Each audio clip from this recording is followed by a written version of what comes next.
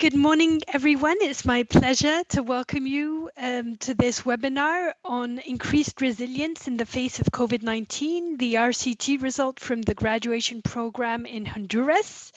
This webinar is organized by Social Protection and for Employment Community, along with socialprotection.org and Fundación Capital. SPEC, the Social Protection for Employment Community, is an online community on linking social protection to employment, which operates within the socialprotection.org platform. You're welcome to join this community and access over 200 publications and webinar recordings on social protection and employment. Details for joining this community are shared at the end of this PowerPoint. So in this webinar, we're going to be presenting the findings from a program called Emprendiendo una Vida Mejor. It's a government program in Honduras, and we're going to hear about the RCT, the randomized controlled evaluation results from the evaluation of this program implemented by the government of Honduras with IDB and Fundación Capital. What's very interesting about the results is that these results, because of the sanitary, the crisis and the COVID pandemic, were only collected, the end line was only collected 1 year after the program ended. Yet what we're going to hear today is that the results were extremely strong.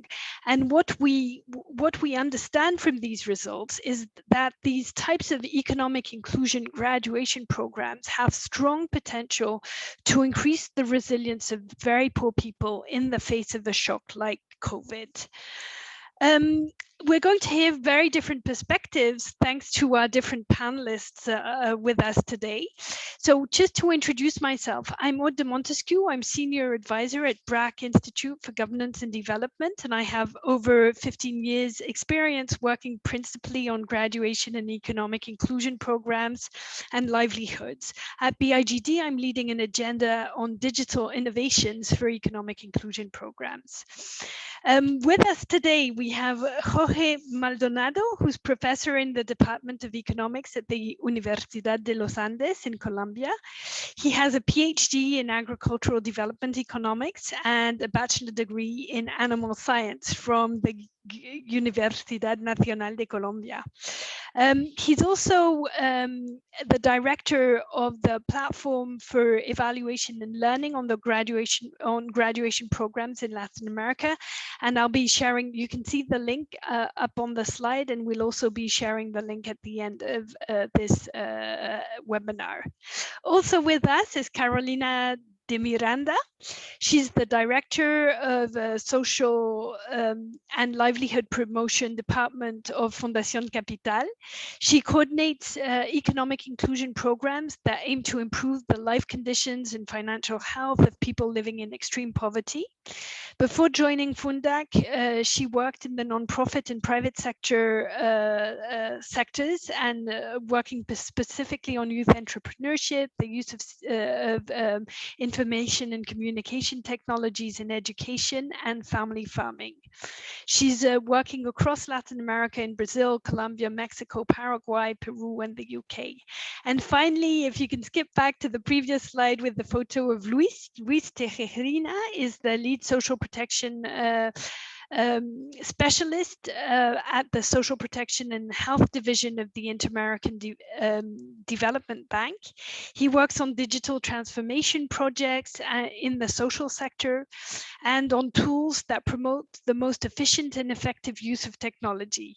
He has a master's degree in economics from the University of Maryland, and he's worked extensively on strategic digital health plans and the design and implementation of technology to improve social protection and health all across Latin America. So welcome to the three of you. It's a great pleasure to have you here. Sadly, we are not joined by Minister Zulia Cruz, who unfortunately had a health emergency, but who we're counting on other panelists who've interacted with her extensively to also bring in the perspective of the government of Honduras, and in particular, the Office of Development and Social Inclusion that she would have been representing. So we're going to start with hearing about the results directly from Jorge, who's going to share a presentation of about 20 minutes that will go through the impact results. But while Jorge starts speaking, I want to ask all of you who are on connected today to please feel free to start asking your questions. I will be reviewing them and channeling them to each of the speakers, but please start immediately to ask your questions. I'd be very happy to kind of see them pop up and start organizing them and funneling them to the different panelists. So Jorge, to get us started, please do share with us the results from the study. Thank you. Thank you all. Good morning, everyone from Honduras. As Todd mentioned, my name is Jorge Maldonado from Universidad de los Andes in Bogotá, Colombia, and we were leading the impact evaluation of Emprendiendo una Vida Mejor program that we can translate like as undertaking a better life. This is a program that is led by the Honduras government to fight extreme rural poverty. And it was based on the graduation approach. Like, as you might know, it has shown to be effective in reducing extreme rural poverty. And we have the important studies conducted by Banerjee and all, and Bandiera et al., showing the results of these interventions. In this case, the graduation program that was implemented in Honduras has a particularity, and that is part of a new generation, of a new way of programs in which are the governments that are implementing the program by themselves. So for evaluating that, we decided to create what we have called the platform of evaluation and learning of graduation programs in Latin America. And we have evaluated 5 cases in the region. 2 of them in Colombia, 1 in Paraguay, another one in Mexico, and this one in Honduras, Emprendiendo una Vida Mejor. The case in Honduras was run in 3 departments, Copan, Lempira, and El Paraíso, and it was aimed to households living in poverty in the rural areas with children in school age. So they would be also beneficiaries of the conditional cash transfer. The program was implemented by the Honduras government, the Subsecretaría de Integración Social, with the support of Fundación Capital and the Inter-American Development Bank. For the program itself and for the evaluation, we have the technical and financial support of the Honduras government, the Canadian Cooperation, the IDRC, for Foundation, Fundación Capital, and the Inter-American Development Bank. So in this case, we were able to run a randomized control trial to evaluate the impact of the program. So at the beginning, with the help and the support of the government and from Fundación Capital, we were able to reach a group of 841 households that would be participants in the program, and 958 households that were treated as a control group. From the 841 households, we graduated 793 of them, and 801 households were non-participants that we could reach at the end of the analysis. In the end line, we finally applied surveys to 755 household participants and to 739 household non-participants.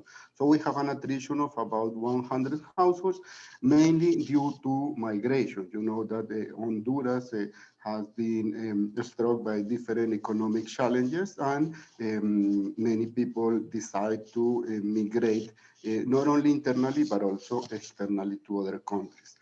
to guarantee and to have some information, some additional information about the observed results in the surveys, we also ran a qualitative analysis in which we interview about 20 participant and non-participant women and about 30 participant and non-participant men in small focus groups that we call triadas, groups of the 3 men working together in collecting, in giving us some information about the program.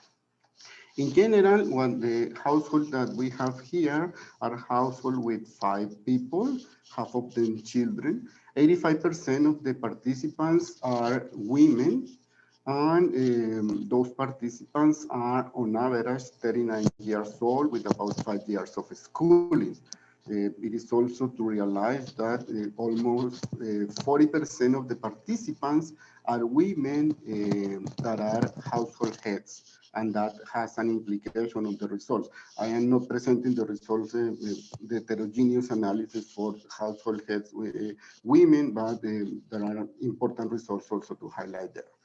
Given that the graduation approach has those different dimensions, we also wanted to evaluate different dimensions: asset formation, income generation, access and use of financial services, subjective well-being, as those soft skills are considered also important component of the graduation approach: productive activity, consumption, food security, and poverty. I will show you some main results of each of those dimensions.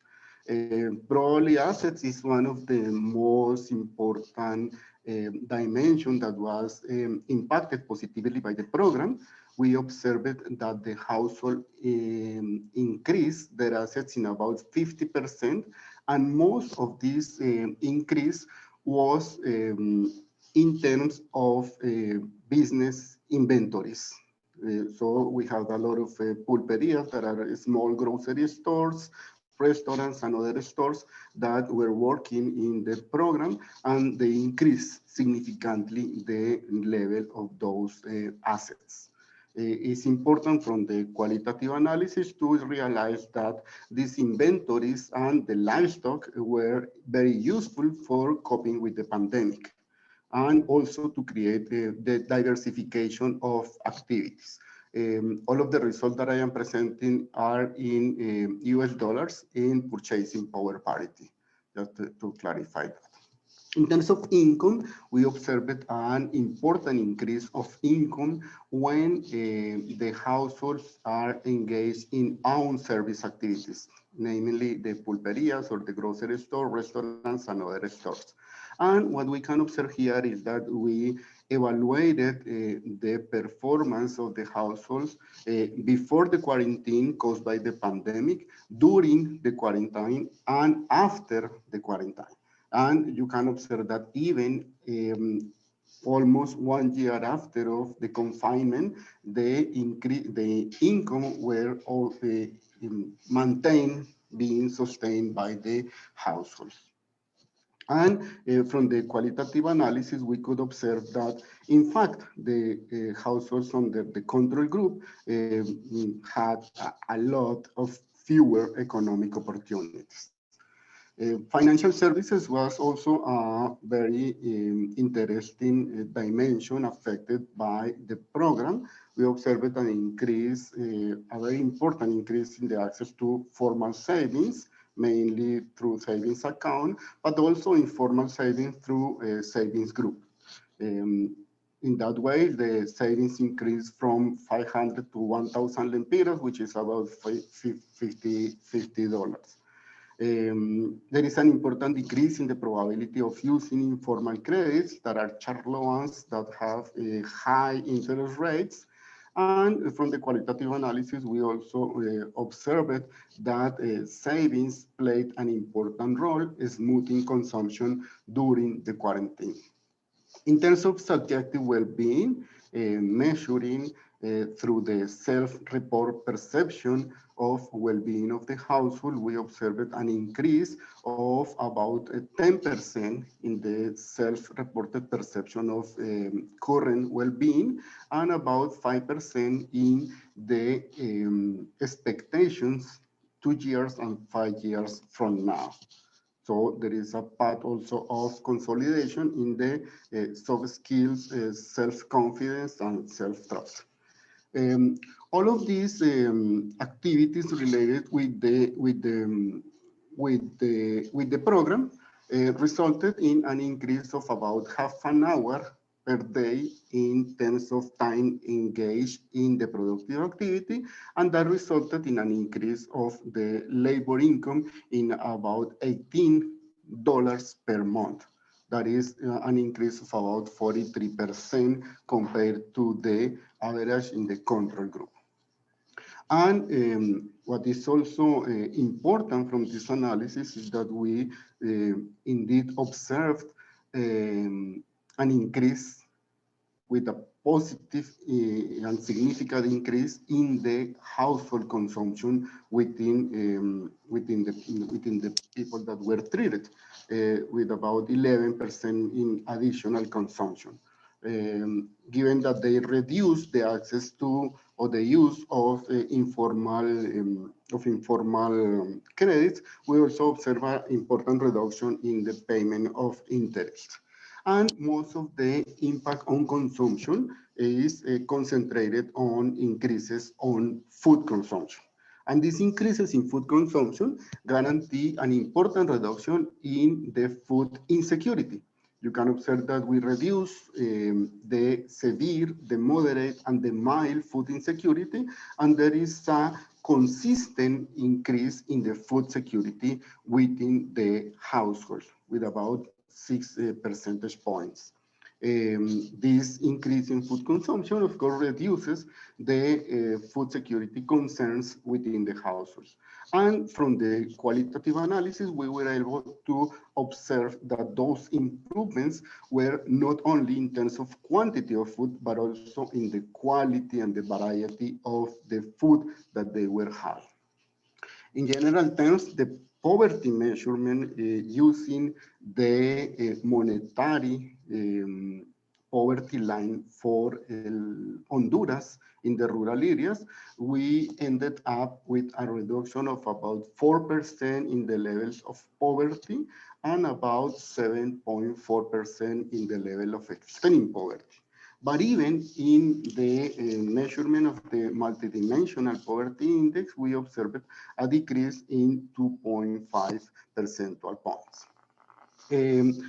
As at the beginning, Odd and me, we were mentioning that some years ago, there was a study that was published in Science, led by Banerjee et al., in which they run different RCTs with the graduation approach, and they observed a positive impact in several dimensions. And one of the countries that were included in this analysis was the case of Honduras, in which the results were not so good. And in fact, there was a reduction in the value of the assets and a reduction in the expenditures. So we wanted to compare those results with our own. So the green bars correspond to the average of all of the studies presented by Banerjee et al. In standard deviations. The red bar corresponds to the isolated case of Honduras, run by this study of Banerjee et al., and the blue bar corresponds to our results. You can observe here that in terms of well-being perception, daily working hours, and total assets value, the results are more positive in this case, even compared with the whole bunch of cases studied by Banerjee et al. The value of informal savings is lower, but as I mentioned before, in this case, what was important was the value of formal savings. In terms of total monthly income, the study shows, the Banerjee et al. Study shows an important increase in total monthly income that we are not presented, but when we consider not the total monthly income, but the income from the productive activity funded by the program, in this case, the own service activities, we observe a huge positive impact compared with all of these other cases. So just to wrap up the results, we can observe that the effects of the programs maintain even when they were exposed to different shocks, in particular the pandemic caused by the COVID, but also Honduras was exposed to an extreme drought by the end of the program that affected all the people in the country. So we can observe that the program is providing important positive changes that can be considered like structural, for example, consolidating assets, savings, and access to credit. We also observe this important reduction in the levels of poverty, joined with food security, increasing the income, increasing the consumption, and increase in the subjective perception of well-being. Those positive changes seems to have long-term effects that suggest that the program may have some sustainability that guarantee that the household can keep in the path out of the poverty in long term. Through the consolidation of expectations, aspirations, and the consolidation of the productive project. One important thing to consider here is that we observed that it's important that they have free choice of business as commercial and service activities are also profitable options in rural areas and not always need to be engaged only in agriculture. In terms of the cost-benefit analysis, this is a first run of the analysis in terms of the benefits for the participant. We are assuming that the household is having the same path of consumption as we observed in the end-line survey. So if this happens, after 24 months, that is 2 years, the program will be paid compared with the cost of providing the program to the households. And of course, if we have 3 years ahead, the program will be highly positive in terms of benefit compared with the cost. We can discuss on that later. Finally, well, we are observing that the program is providing resilience to the households to different kinds of shocks. And this resilience can be attributed to Emprendiendo una Vida Mejor program. Just as a figure of recommendation of this core discussion, we have to think in the future on the trade-off in the working time of the household versus the time for the caregiving responsibilities. It could be for themselves, or it could be for taking care of children or elders. Finally, I want to highlight the importance of considering climate change in this analysis. And we are proposing 3 activities. One is to include climatic considerations in the training or coaching that is part of the graduation programs. Second, to include a contingency plan in the construction of the business idea of the households. And to consider in the program design from the very beginning to include some kinds of insurance scheme that guarantee that the household are covered, but also the government could be covered with this type of insurance. That the idea would increase even more the benefits of the programs. Thank you very much. I will stop here then and we can start the discussion.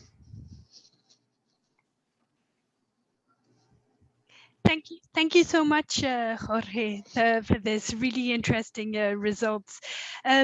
So we've already started to get some questions in the chat box. Others, please continue to submit your questions. To get us started, I will come to the questions from Tatiana, Juan, and Paula. But right now, just to get us started, I'd like to ask Luis, who's with the IDB, to tell us a bit more about why the IDB decided to support to invest in this program with the government of Honduras, and what was, in your view, the vision for rolling out this program in Honduras. Thank you, Odd. And by the way, at the time we were having these discussions, I was living in Honduras, and continuing part of a very long commitment work with the government for the development of the conditional cash transfer program, the Bono Vida Mejor. And we have been working with them for many years with impact evaluations and strengthening the program. But at that time, the now minister, Zoila Cruz,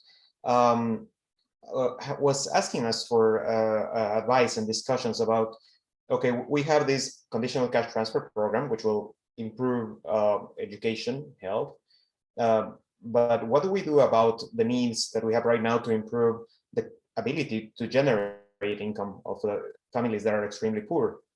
Is there anything that we know that works? And at the time, they were having all these presentations on the science paper, all the evidence from Banerjee and others, and it seemed like a very interesting option. And however, it was hard to come up with a solution that would say, look at these great results. The only place in which this didn't work was Honduras, and we're proposing this to Honduras. So we had this discussion about, and the minister was great at understanding all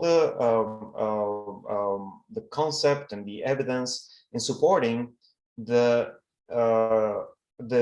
pilot, the implementation of the program, and the evaluation, which was not easy. It was a very complicated. It needed time from her staff and some decisions that affected who would get and who wouldn't get the program. So she was, I think, key in us being confident enough to fund something like this, knowing that it would be carried to fruition, both the intervention and the evaluation.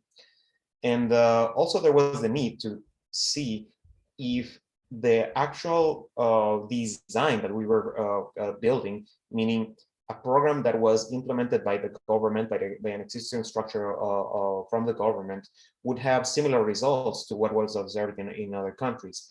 So on the one side, a need from the government to have something that, besides a CCT, would have an impact on income generating activities of the extreme poor. And on the other side, the need to show evidence on it working in Honduras. Thank you so much, Luis. And kind of hearing from you on why the government decided to implement this program, I'd like to ask Carolina from Fundación Capital, you know, how did you at Fundac decide to work with the government, and how did that partnership work? Thank you. Thanks, Aude. So for us in Fundación Capital, working with governments, it's very important. We do believe that by working with governments, we can implement programs, strategies that can have more impact, can have more reach and sustainability. So it was natural path for us to engage with the government in the implementation of this program. The program in Honduras was sort of ending a cycle. So with the support from Ford Foundation and IDRC Canada, we were implementing simultaneously programs in Latin America, in as Jorge mentioned, in Colombia, in Paraguay, in Mexico, and then Honduras. And we had the opportunity to build on this experience to work with the government of Honduras in this implementation. And I think on our perspective, these alliances between the public sector and the nonprofit sector and a multilateral organization such the IDB can strengthen the potential of these programs to be implemented in a way that the impact can be measured and can be monitored and can be scaled up after evidence is constructed. Thank you so much, Carolina. So I'm going to turn over to Jorge again and ask you, there's several questions, including from Tatiana Rincon in the chat about the difference between these results. You talked about these results in comparison to the previous RCT evaluation results in Honduras. How do you, I mean, you've shown us the differences in your bar charts between these and the previous results, but how do you, in your view, how do you explain these differences? You know, what happened between the Banerjee Duflo evaluation and this one? And so it's a question for you, Jorge, and then other two, if you'd like to comment on that and give your interpretation, we'd love to hear. Thank you. Well, I think that the main difference that facilitated the positive impacts here was the freedom of the participants to choose the productive activity they were going to engage into. So when they have the opportunity of observing their environment and see what are the needs in terms of trade, in terms of provision of goods and services, we were able to guarantee that those productive activities were profitable. And so this movement from a supply drive productive activities to this demand drive productive activities in which the participant decided what to do was key in the analysis. And as I mentioned before, we had this bias of thinking that the rural areas are only connected with agricultural activities. And what we are observing is that the rural areas, they have a lot of opportunities in productive activities, on commerce, on services. This time of the grocery store was important. Activities related with cell phones, activities related with the provisions of other goods and services that are as important as agriculture. So to have this possibility of this wide option of allowing households to have different opportunities, I think that was a key element here. Thank you. That's very interesting to hear. Carolina and Luis, do you have your views on this question also? Just to say that I do, but they agree a lot with Jorge. When we were presenting and defending the project with our board, we had this footnote discussing about how the Honduras project, the previous one, had bad results because of the choice of chickens that were used for the entrepreneurial activities at the time. So I remember sessions in which I had to answer a lot of questions about chickens, and I do agree that that local knowledge and the freedom to choose activities and the local people, the people who were supporting this were people who lived in the communities from the government too. So they also helped guide a lot of the decisions and telling us how things work. Look, this community is like this and this community is like that. So I think that that helped a lot. Yeah, and just a quick comment. I agree with Jorge and Luis. Totally, giving this freedom was important, and also allows families to diversify their activities as well. So if a particular activity doesn't work or it's impacted by a shock, for example, families can have more flexibility to have and sustain other productive activities in a way that I believe in the first pilot, it was not possible because there was not much diversification. Most of the families had chickens and this was the main issue. Yeah, and just a reflection back, because I was obviously very involved in the CGAP Ford Foundation graduation programs as the TAS team leader for one of those pilots. I mean, I think that at the time we were quite carried away about with the new type of chicken that was, you know, just coming to Honduras and was supposed to be shock resistant. And what happened is, and it's one of those stories where all the chicken died, and not only all the chicken died, but people had invested in the livelihood. And so it's kind of, for me, also a proof that these models really rely on people actually having a sustainable livelihood, meaning that, you know, the model works if the productive activities actually work. And it's also kind of a good example. If the productive activity is ill-suited or just fails, well, then all the other outcomes just don't happen. So, you know, that's my personal also take on this, and why it's so important to have another RCT in Honduras where, you know, the livelihoods have worked. So thanks a lot on this. Just one of the things that, you know, comes up in the chat here from Juan Navarrete, Tatiana, and others is really, Jorge, you talked about migration in the context of Honduras. Do you see this type of program playing a role in deterring migration or providing solution for returnees? And others, please comment after Jorge if you'd like to. Thank you. Yeah, that's a very important point. In fact, when we were well, during the implementation of the program, we have those different caravans of people migrating from not only from Honduras, but after from El Salvador and Guatemala to the United States. And we have these huge waves of people wanting to migrate from Honduras, given the difficult economic conditions. So in the qualitative analysis, we decided to ask people about that. And what we observed is that the people say, okay, if if if we are not to migrate, we need to have sources of employment that are stable. We have to have increases in the wages. We have to have access to land for the peasants. They are eager for having more productive projects and some technical assistance.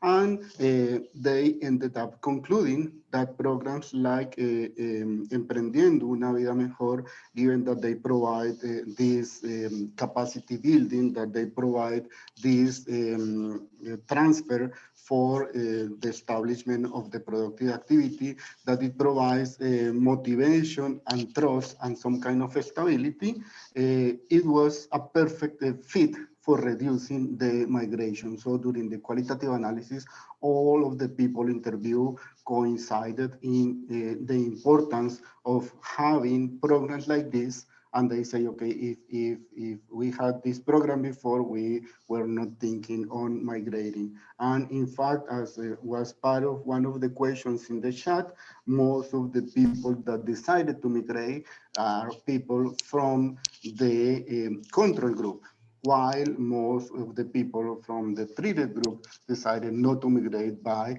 They were happy because they love their land, they love their village, and they want to stay there. And they are pushed to migrate only because the difficult economic conditions. So yeah, in fact, the program provided means for staying in their country. Thank you so much, Jorge. This is super relevant. I'm going to jump right to the next question from the chat, Carolina, to you, and then if you want to comment on the migration point also, please do. But Bethany Alenius is asking about the empowerment findings, and this is also something that struck me when I looked at the PowerPoint and the results, is really the empowerment findings are quite strong, in particular as relates to earlier graduation type RCT findings. What do you think is behind this? What are the decisive implementation or design factors that might explain why these empowerment findings are so strong? Yeah, sure. I think, well, for the last couple of years, Fundación Capital has been working a lot to integrate a gender transformative approach into its graduation programs with the support from IDRC as well. And the gender transformative approach understands that economic empowerment is just a part of the task. You have to go beyond that and see empowerment more broadly, right? Because you cannot reach economic empowerment if women face so many barriers, gender barriers to start a productive activity. They do not, different barriers, personal barriers, they do not see themselves as entrepreneurs, they don't have the self-confidence to start a business, they don't see themselves as agents with voice and the ability to participate in their communities, and also community barriers of family members that don't see women as capable of starting a productive activity, or cases of gender-based violence that have increased enormously during the pandemic, for example. It's another major barrier for women to start a productive activity and have a voice in their communities as well.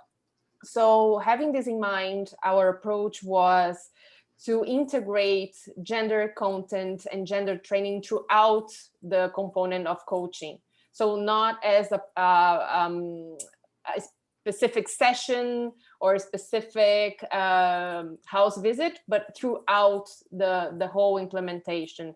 So women could see themselves as entrepreneurs. And this is the first step, that they could have autonomy to go out, to talk to their neighbors, to seek for clients, and to make the decisions for their business. And I think it was very important that the government was also very interested in having this approach. So while we were designing the program materials, it was actually a co-creation with the government, because promoting women's empowerment was in the government's agenda. So I think I would highlight this. Seeing gender has cross-cutting throughout the program design. And of course, I think one major thing is that if you don't measure, you don't know the results. So also when we were thinking about the RCT and the design, having these indicators was fundamental for us to understand what was happening.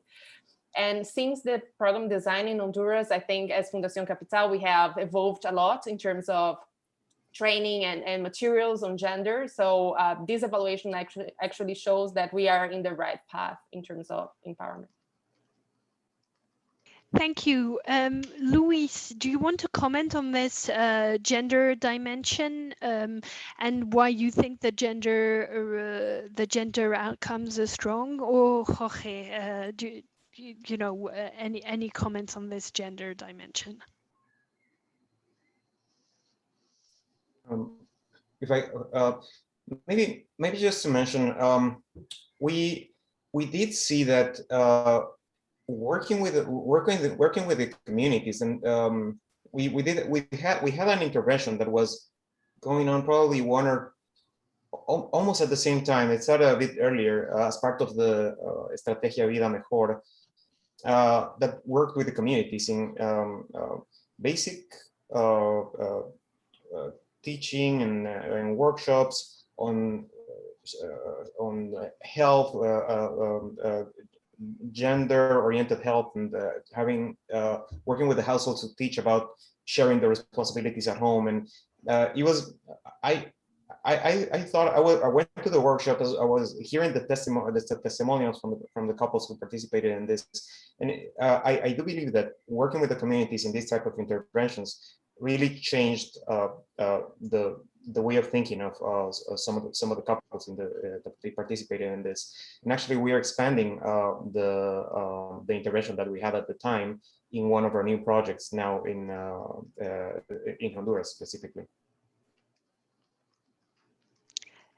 Thanks. And then, Jorge, if you want to comment on the gender dimension, I'm also going to bring in the question from Juan on other segments. Juan Navarrete is asking, do you think we could adapt this type of an approach to other specific segments other than women, for example, middle-aged males or childless couples, etc.? Do you think that this type of an approach is also, I mean, traditionally it's targeted working age women, usually with children, sometimes couples. Do you think it could be adapted to other types of population segments?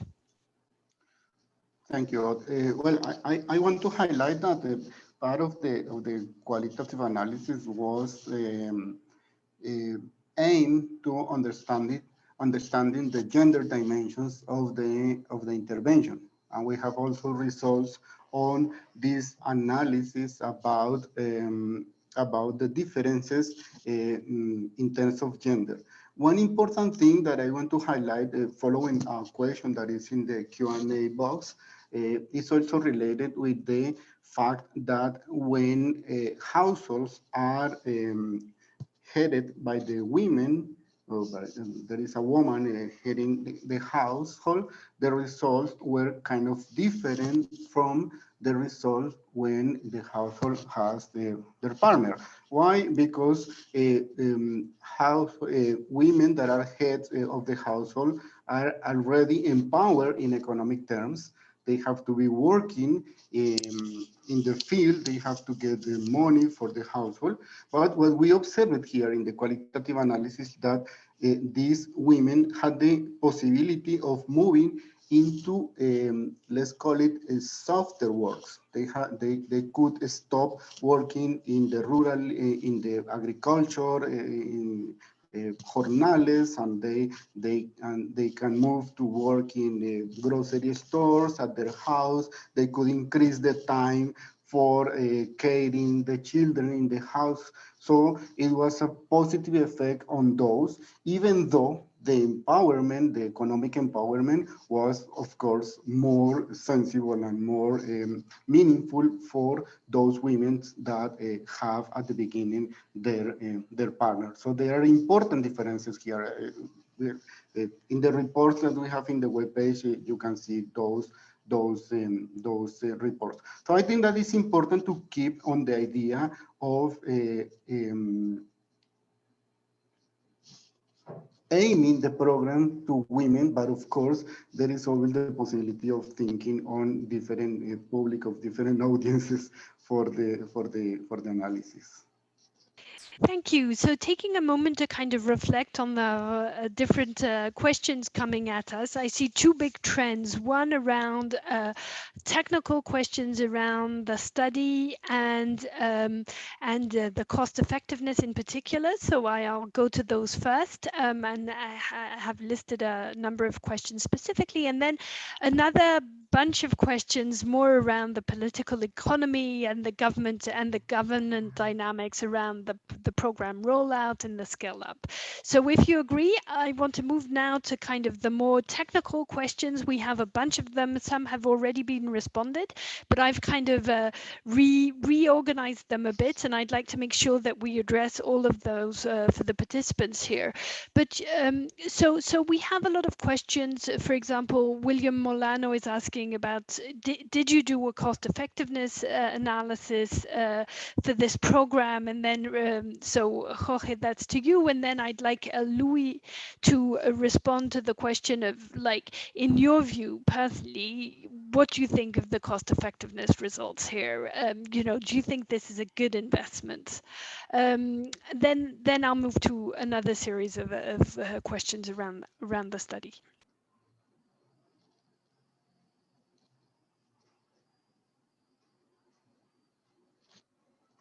So Jorge, on the cost of the program and the cost effectiveness of the program, if you could go to that first.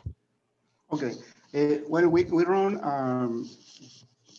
let's say, a simple cost-benefit analysis. We're working on that, but what we are supposing is that the household keeps their assets as the way as they are at the moment of the survey.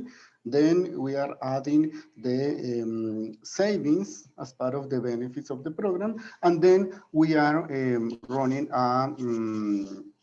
a flow of all of the incomes, the monthly incomes. In fact, we didn't do the analysis, we didn't combat with consumption. We run the path of consumption and see how much time they should be having the same pattern of consumption before the program becomes positive in terms of the cost benefit or the benefit cost ratio. And we obtained that after 24 months of the program in the same conditions, the program will be paid the cost of the implementation. And of course, we can have the impacts for a longer time, let's say 3 or 4 years, the program will be much more positive and the benefit cost ratio will be larger than 1. So I think that there is we have some confidence that the program can provide indeed these positive effects. So I recognize that this type of programs could be very expensive, and there is a discussion also in the Q&A box on the how costly is the implementation of this program, but I think that it is worth to make that investment. And can you actually specify, Andres in the chat box has a question on the size of the transfer, and if you could specify how much was the basic cash transfer that you built on, and then how much was the actual kind of additional graduation package? Yeah, what we have is that the program, the implementation of the program costs about $900. And the transfer was about $350. So we have about $1,300, the complete cost of the program. Thank you. And just to clarify, there was an existing cash transfer already? Yes. And how much was that? Do you know, or maybe Louis, do you know?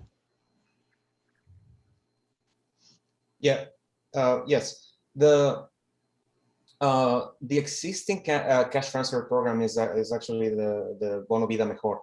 The transfer is not, in terms of amount of absolute amount, is not that big. It's about $20 a month, and that has been one of the issues of discussion of these programs, right? The conditional cash transfers in general in Central America, the amounts are. They provide support, monthly support, and they reach their objectives. But in terms of actual value, they're way smaller in comparison to the transfer that is given through the graduation programs. So I don't know if you want me to go into the next question that you had on the cost benefit and scaling up directly, but. Great. Well, then if we can move to kind of your interpretation of the cost effectiveness results that Jorge is working on, and when you hear his projections on, consumptionist patterns remaining the same, like what the cost effectiveness looks like, what's your interpretation? And in your practitioner view, when funder view, is this something that's cost effective? I think the data is there, right? Jorge is showing us the data, showing that the answer to that is yes. I think it's a cost-effective intervention, but there's going to be the discussions around this, the financial discussions around this are going to be around the issue of the program being expensive, right? Expensive in absolute terms, because to say if something is expensive, you should ask, okay, what am I getting in return? And in this case, you're getting a lot in return. You're getting a lot in return because you're that figure that Jorge showed that in about 24 months. That should be the key data that should be used in discussions when we're talking about budget for social programs. And okay, can we do this intervention? Look, this intervention looks expensive, yes, but what do you get in return? And what are the alternatives? And in many cases, the alternatives are programs that, yes, are cheaper, but there's no evidence that you can get a similar return. So I think that's where the discussion should be led. Yes, the initial investment in these interventions is high, but the evidence that we have also is that the returns are high. And there was they were asking about the government continuing expanding this program. We have a new project that will provide support for the expansion of this program. I think it's about 1,000 new households for the implementation. It's not a big national scaling up of the program, but it's an expansion and a continuation. And just like what happened with the Bono Vida Mejor, and this is related to another question, evidence plays a big role. With the Bono Vida Mejor, the story was we did 2 impact evaluations, 2 RCTs that proved that there was an important positive effect, and we put on a lot of effort in communicating the results to the population, to say, look, there's always anecdotes that people use to discredit programs. Here's the data. The plural of anecdotes is not data. Here's hard data, and it's showing that this program has positive effects. And we're here to explain how the evidence was collected, how the analysis was done, and that I see that works. I mean, it was a big factor in maintaining the Bono Vida Mejor. I think it could be a big factor in maintaining and expanding a graduation program such as this one. Thanks a lot, Luis, for those comments. Carolina, can I ask you, given Fundac's experience more broadly in the region with this type of program, do you think, how do you consider the cost effectiveness of this program in Honduras, and how does it compare to programs you've seen in and supported in the region? Mm-hmm. Yeah, of course, there are variations in terms of the cost of each implementation per family. It depends on the asset transfer and the consumption support. Generally, our experience is that, yes, it's a large upfront cost, but in general terms, it pays off after a couple of years. In the case here in Honduras, Jorge mentioned 24 months, 36 months. I think one of the questions that we have to make also is, what is the cost of not investing, right? Because the point is that, and some studies have shown that also the spillover effects of graduation programs in the community, not only for the program participants, but also for the communities that is there, not necessarily being a direct participant, but also benefiting from the new businesses in the community, and the higher consumption of the families that receive the programs. In this particular case of Honduras and families that after the implementation went through so many shocks, drought, hurricanes, then the COVID pandemic, what is the cost, right, for the families that did not receive the program, in terms of not only the economic cost of not having a sustainable livelihood, but in terms of mental health, in terms of general well-being, in terms of ill health, because they don't have the means of to cover their basic necessities. So I think it's a question that we have to make ourselves. What is the cost of not investing in the longer term, in terms of not only the families that do not receive the program, but the general community that does not benefit from the spillover effects of graduation programs? There are so many dimensions, and I know it's very hard to measure that. And I think it's definitely a research gap that we have. But to understand, for example, if you think longer term, families that struggle with, in terms of that are in extreme poverty, the impacts on their health are significantly important, and they end up using more the health system, for example, or children that, because of higher levels of food insecurity, they never achieve their full potential. And this is something you probably won't see in 1 year, in 2 years, but in many years. So yeah, I think it's a trade-off, but something that we have to look more into. Thank you so much. And we have a comment from Lara Evans from USAID saying, at USAID, the cost of inaction has to be linked to the cost discussion. And I think that's very relevant to what you just shared with us. Actually, the cost of doing nothing in particular in the face of COVID, I'd like to kind of bundle here a few questions and remarks that we're getting in the chat around the COVID pandemic.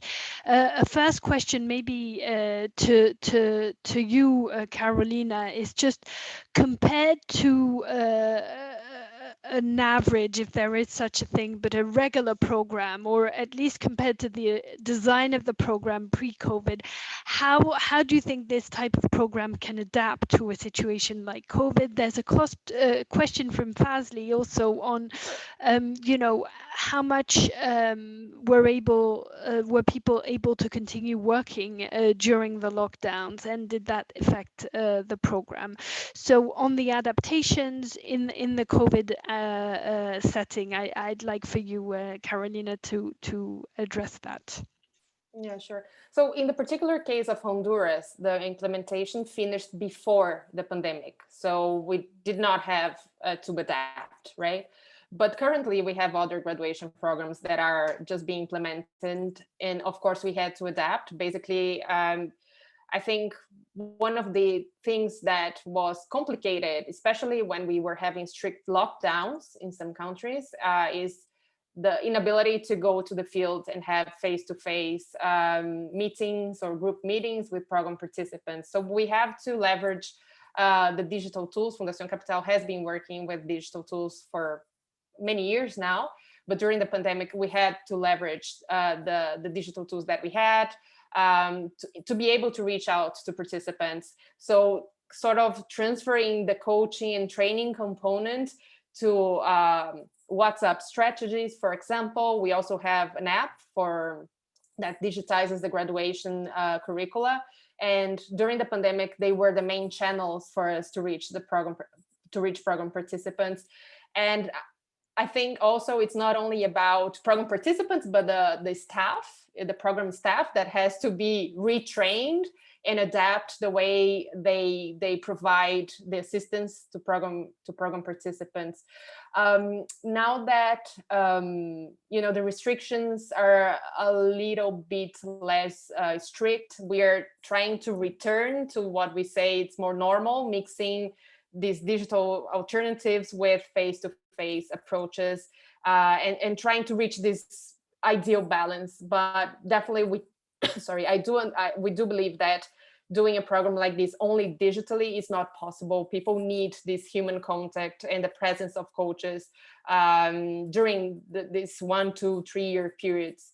And definitely during the pandemic, it was not possible, but we are trying to do our best to replace at least part of the coaching, the face-to-face coaching, through digital means. Great. And Luis, do you want to comment on that, given your extensive work with the ICT in the region, how do you think that the COVID pandemic has maybe even accelerated the use of digital tools in a program like this one?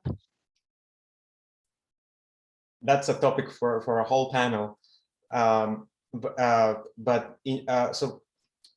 regionally, COVID has provided a push for some technologies to take a jump. One of the most common examples is telemedicine, and we are actually implementing a telemedicine project in Honduras to provide health services to in remote areas. The other one was channels of payments for social programs. I think those are the two big ones. In channels of payment, again, COVID was actually one of the factors that pushed the implementation of payment systems. The Bono Vida Mejor is starting to pay through digital wallets and using Tigo Money, something that we have been trying to implement for many years. And through COVID, COVID was the final push to start implementing those innovations. However, if COVID pushes you to approve a law, soften a regulation, it doesn't make you train human resources overnight, and it doesn't build infrastructure overnight. So it is a push, but there are many things that need to happen that take a longer time for digital solutions to actually be well implemented and to have a good effect in social policy. So yes, it's a push, but let's not think that COVID was this big factor that improved things overnight that hadn't been paid attention for 20 years. No, thank you. Obviously, I'm now going to turn to some of the questions more on the kind of political economy of this program in Honduras and the work with the government. Raja has just left the panel, but I noted the panel is being recorded, and I hope she can hear you, Carolina, addressing her question. But she had a question mainly for you on. You know, what are the learnings on the government on implementing this type of a program through government? You know, in your view, what were the things that worked well, and what are the challenges? You know, and so let's just comment on that, and then we'll move to a second series of questions more on the kind of political economy dimension. Yeah. So I would say not particularly to the government of Honduras, but generally some of the learnings from working with governments. Definitely it's a challenge because you involve different actors. You involved the central level, the district level. You have many players that have to coordinate in order to be able to deliver the program. Also, when we work with the government,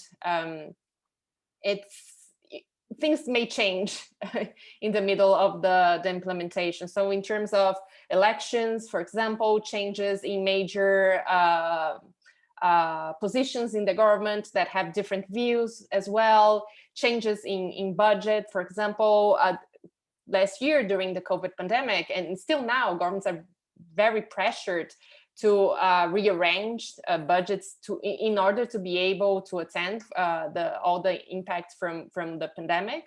So it's a matter of having a flexible design as well to be able to account for some instability or change of plans, right? And of course, it would be easier to implement these independently. Fundación Capital goes there with 1,000 participants, implement the program by itself, and then it's done. But the point is, then it's done. After we leave, what is the legacy, right? And what we want is not to reinvent the wheel, but also to be able to strengthen social protection systems. I think our main mandate is not to be an independent implementer, but to support governments in the region to strengthen their social protection systems through the graduation approach, through economic inclusion strategies, building upon what they already have. In this case of Honduras, the Bono, Una Vida Mejor, and then you add these components in order to put families in a path of sustainable development or in a path to have a sustainable income. So definitely there are challenges, and there are challenges for scaling up as well. It's not an easy program. It has many components, and this can be scary. But once you have robust evidence, which is the case here, I think it's easier to convince policymakers in the government to see the graduation approach as a viable path, right? And again, the cost of inaction, it's important, particularly now when we have been severely impacted by the COVID crisis, the economic crisis. The level of poverty in Latin America is increasing very rapidly. So we need to have massive, robust strategies in order to counteract what we are seeing. And you can only do this through governments. You cannot do this independently. So this is, I think, it's our point of view. on that. Thanks. I was just typing my notes here, adapting to the different questions, but I had a very similar question to the point you touched upon for Jorge. But you know, how much do you think the actual evidence can influence the government in its decision to scale up? What's the role of the evidence here? And you know, how much have you been able to interact with the government policymakers about these results already? Well, that's a very good point. In fact, I am in Honduras right now because we arranged some meetings with the government to present personally the results. And we have had a lot of communication, a lot of dialogue between Fundación Capital and the government, and they with us. So we have been discussing all of the results. They are thinking on how effectively move into scaling up the program. As Luis mentioned, they are already thinking on new step on the scaling of the program, and they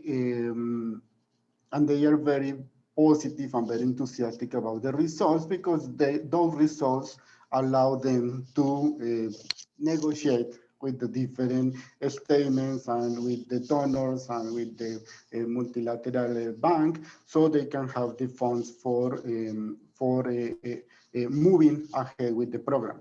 In fact, we also have a meeting with the IDB now, and they are also very positive on moving into a new version of the graduation approach for Honduras in the following months. So I think that this is those of the cases in which you, from academia, can support decisions, political decisions, and that makes me very happy to contribute to move ahead with this idea of scaling up the program for the overcoming the rural extreme poverty in Honduras. And Luis, before we move to our last series of questions, as one of the funder of this research, can you also comment on this point of you know, how does the evidence here really support a decision to scale this type of program or not? Yeah, sure. Well, it's our portfolio. What we do is based on evidence.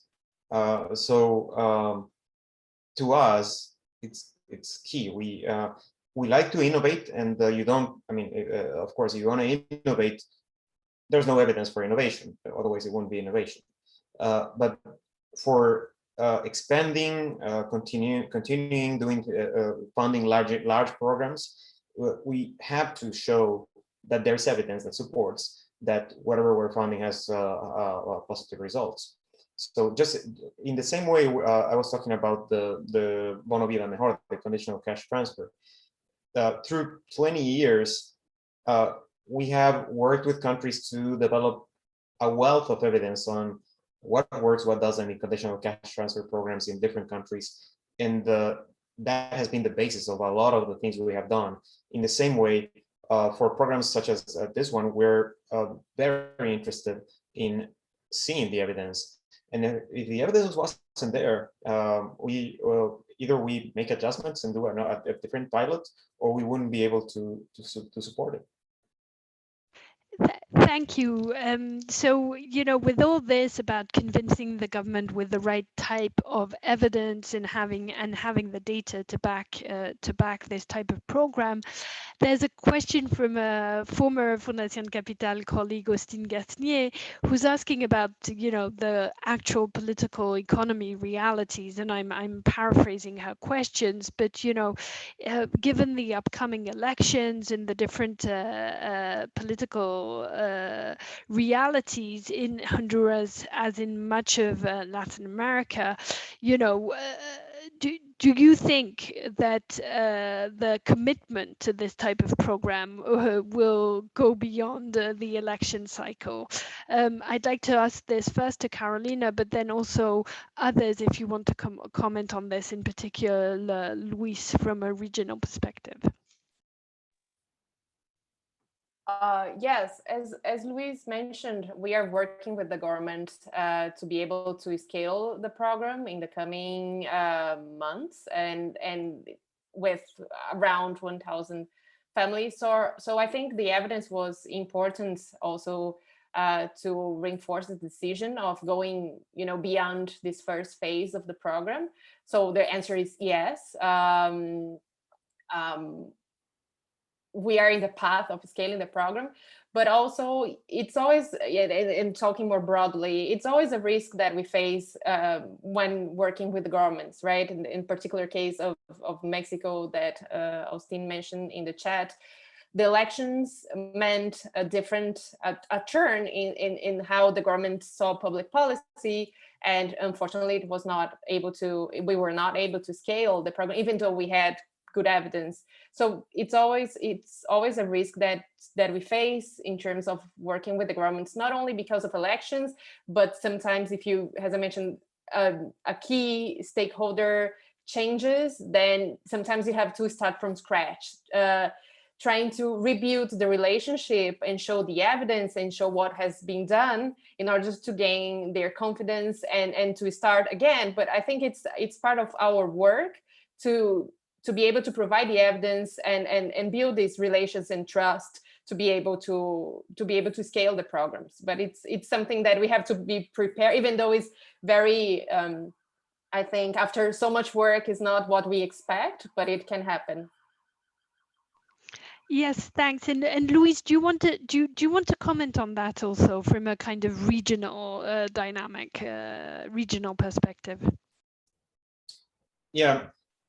Especially some types of programs take a long time to mature, and one of the things you mentioned the work we do in ICT, and those projects take a long time to mature. And one of the things that we're starting to do and we're building is whenever we have these projects that have need 10 years to mature, we make sure that when we're working with a particular government, we also start developing a broad agreement with other actors about the basics. Are we in agreement that we want to lower anemia? Are we in agreement that we want to lower X? So let's start having a discussion, a basic agreement. We will not agree on everything, but a basic agreement about how we go about doing that. Now, like Carolina said, I mean, at the end, countries need to find their own way and they make their own decisions. Sometimes there's a government change and they want to follow a different direction, and that's fine. But I agree with her statement that our job is to provide the evidence, explain this worked, this didn't work, and try to steer in a way that is backed up by evidence. Some countries will continue the path even though they have different political opinions from their predecessors. Some won't. But our key in the toolbox, our tool in the toolbox needs to be evidence, like the one we saw. Thanks so much. We have a question from Juan Navarrete, and I'd like to turn it to Jorge, which is around how does this type of program, how can it work for other kind of development outcomes, including gang violence and security issues? Do you think this type of program can help mitigate some of those social challenges? And so I'm directing it to you, Jorge, but others, if you want to comment also. Thank you. Yeah, that's a very interesting point, no? What we have observed here in Honduras is that extreme poverty leads to insecurity leads to these violence conditions. And when you have the opportunity of providing these productive activities for the people, that creates, as Carolina was mentioning before, that creates some multiplier effect within the community.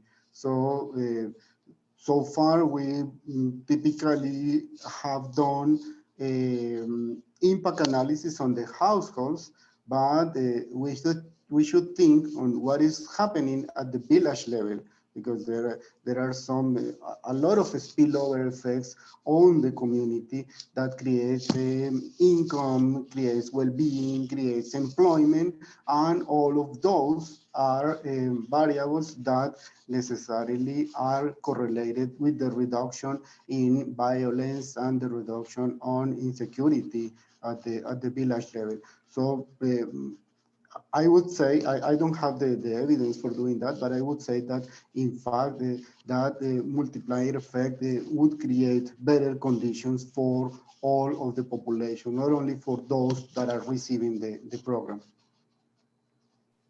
Thanks. And I have a last question for Luis. So I'm going to direct this to Carolina, this before last, but can you also comment on this? And given the level of inequality and rising violence in Latin America, can you also reflect upon, the results here in Honduras and how you think this type of solution can also help, mitigate the extreme inequality and rising level of violence? A bit in the spirit of what Lara Evans was saying, the cost of inaction, but how can these programs help somewhat correct the rising levels of inequality?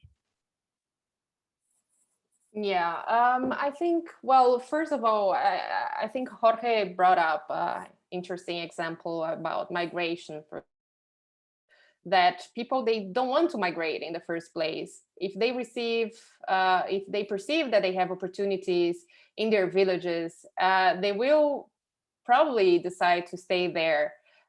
If youth, of course, and we know here in Latin America that youth are highly exposed to violence. If they grow up in families where their basic needs are attended, and they see perspective to follow the path of their parents, for example, in rural areas, and they don't have to migrate, or even if they are in urban areas, if they see a perspective to have a job or to start a business, I think, of course, they will think twice before engaging into violence.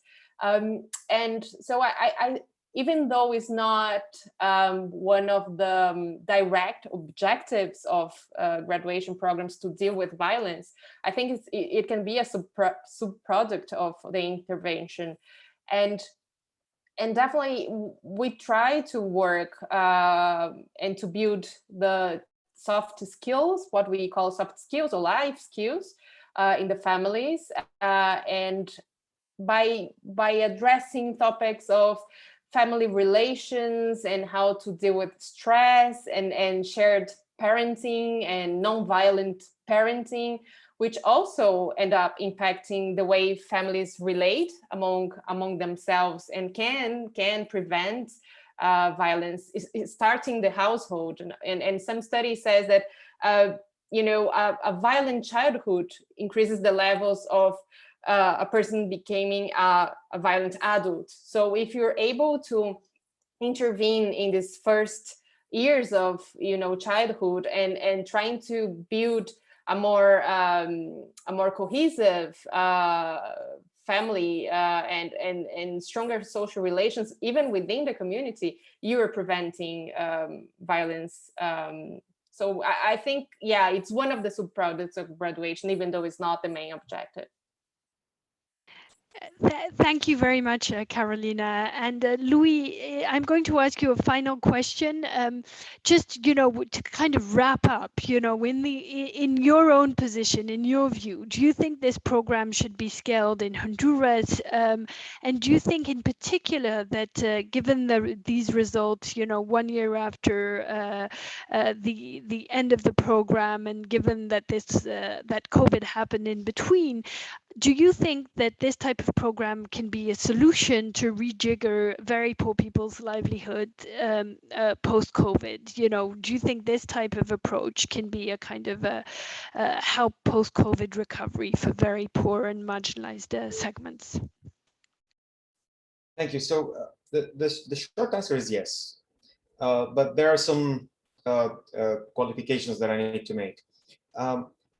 I think that the evidence that Jorge showed is very strong, and it's not alone. It comes accompanied by a lot of evidence from other countries in which this approach has worked. I think one of the areas that we need to keep in mind as a risk and monitor is in many labor market or productivity programs, the main challenges have been in scaling them up. There was a generation of Chile Joven type programs that used to pay a stipend to help kids get a job, and they seem to work really well. But it was hard to find evidence of them working at scale. So I think what we have here is very strong evidence of something working where we didn't have evidence of a project of this type before. And if just the evidence justifies the scaling up, but we need to be careful in monitoring and making sure that by scaling up, we are at the same time we're scaling up, we're maintaining these strong results.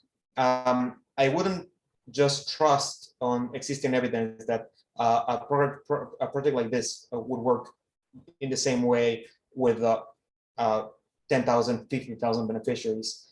But it's that's not reason to get paralyzed because of there is that risk. I mean, we need to go do it, and we need to monitor, and we just need to be careful in making sure that we get the type of results that Jorge Maldonado showed us when we do this nationally. Thank you, Luis, for these closing words on the potential for these programs to scale in Honduras and beyond. Just to wrap up, I want to thank everyone for joining. I found this very, very, very insightful. First, on the role of evidence and how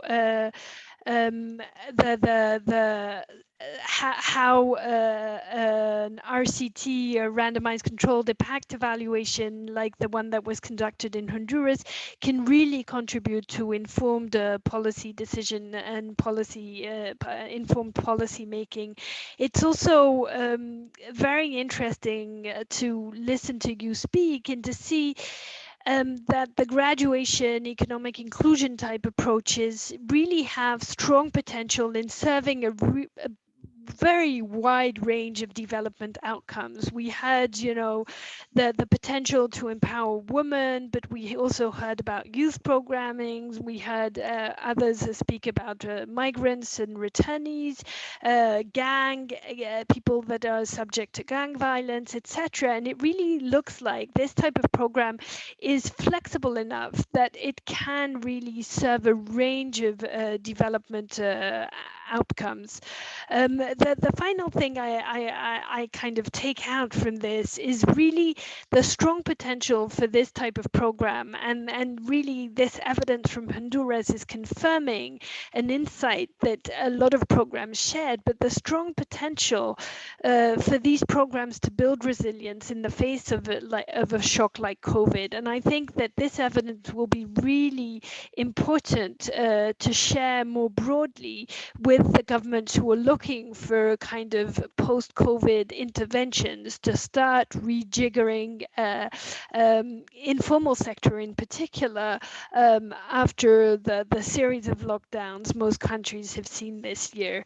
So with that, I want to really thank you all for participating. And just before we close Spot on Time, I want to make a little pitch for the platform of evaluation, where you can find all the full evaluations, the Honduras one, but also other countries like Paraguay and other countries in Latin America. You'll find the full evaluations, some of the PowerPoint decks, in some of the summaries of these evaluations. And so, you know, I want to encourage you to visit Plataforma Graduación LA, so for Latin America, .info and /English if you want English. So plataformagraduacion.la. So thank you again, everyone. Thank you, socialprotection.org, for hosting this webinar, and the SPEC for facilitating us coming together. Thank you very much. Goodbye.